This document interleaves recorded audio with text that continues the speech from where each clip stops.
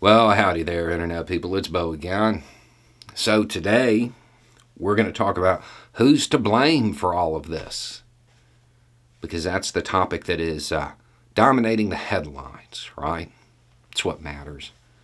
Who do we point the finger at? Republican, Democrat, red, blue, elephant, donkey? Who's to blame?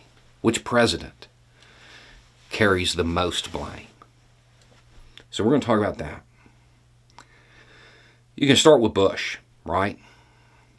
Logical place to start. He started this, and he allowed mission creep, and he privatized it, and he enacted a lot of policies that drove recruitment for the opposition. And then he started that other thing in 2003 over in Iraq. Diverted resources.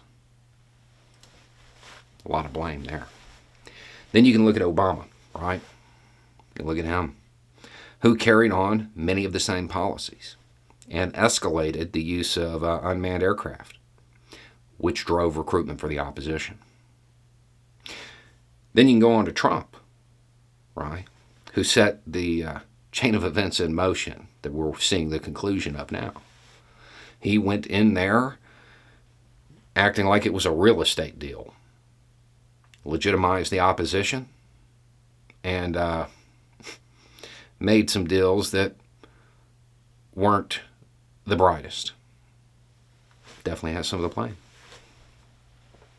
Then you have President Biden, who honestly tried to make the right moves, but they didn't work, and he is commander-in-chief. He has some of the blame too. This is not a Republican-Democrat thing. Not at all. Not in any way, shape, or form. Every president that has presided over this war has made major mistakes.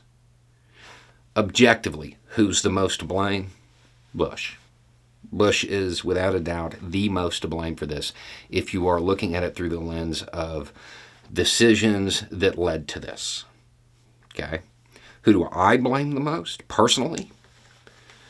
And it's really backhanded, but President Obama. President Obama. Not because he made any decisions that were worse than the other three, but because I honestly believe he is much smarter and should have known better. Because I think he is the smartest of these people, I hold him to a higher standard.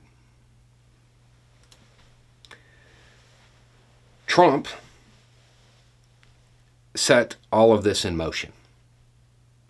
He did. There's no denying that. And you can go to the foreign policy playlist on my channel and go back and watch.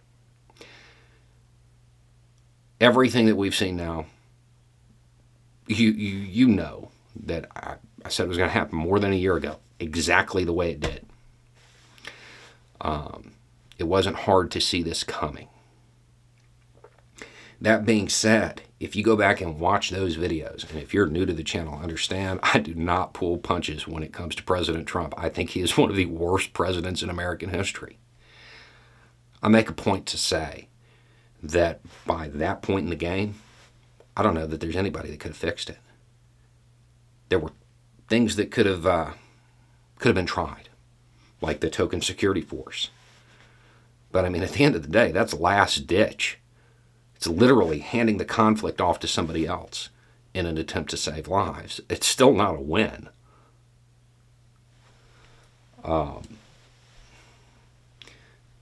So, yeah, there's definitely blame there, though, because he did make these deals.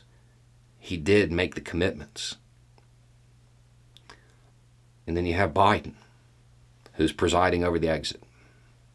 Doesn't matter that he tried to do the right things. He's commander-in-chief. He has the blame too. But see, that's only part of the story. These four men, why did they make the decisions they did? What guides them? Politics. And when we say that, we make it seem as if it's something that they do on their own. When you're talking about decision making at this level, you know what guides it when they're playing politics? Polls. We're standing here looking for somebody to blame, right? Trying to figure out which president is to blame. We are standing here screaming, who killed the Kennedys? After all, it was you and me. We're responsible. Right now, oh yeah, all the polls, people are definitely in favor of leaving, but that wasn't the case in 2001, 2004, 2006, 2012.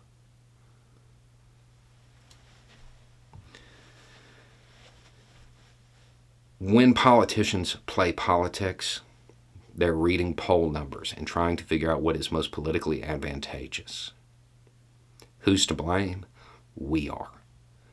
Because we didn't make enough noise when mission creep set in. We didn't make enough noise when that other war started. We didn't make enough noise when policies were enacted that should have been an affront to American integrity. We're to blame.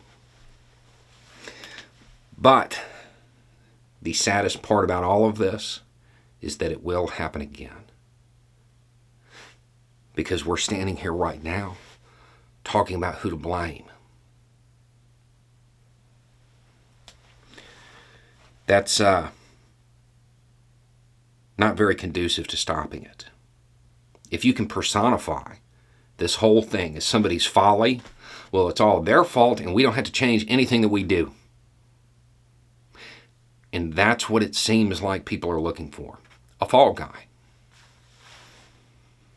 I don't think that's the right way to do this. If we do this, if we lay this failure at one person's feet, at the president's feet, whichever one you want to choose, it will happen again, guaranteed. Because we will learn nothing. Right now, who's to blame? That doesn't matter. How to stop it from happening again. That's what we should be talking about. And how to mitigate the effects of this failure. Because people right now, they're focused on, oh, look, here's this footage. This is going to go on. There are going to be people fleeing this country. They're going to need help. There are going to be economic considerations when it comes to helping them. And we need to get ready for it. This is our mess. Looking for somebody to blame so we can wash our hands of it. All that is going to ensure is that another generation from now, when people forget what it's like, that it happens again.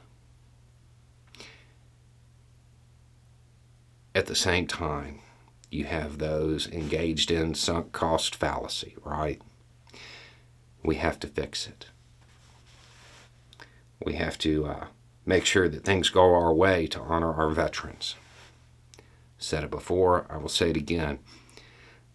The best thing that you can do for our veterans is to make sure that we stop creating combat veterans. Anyway, it's just a thought. Y'all have a good day.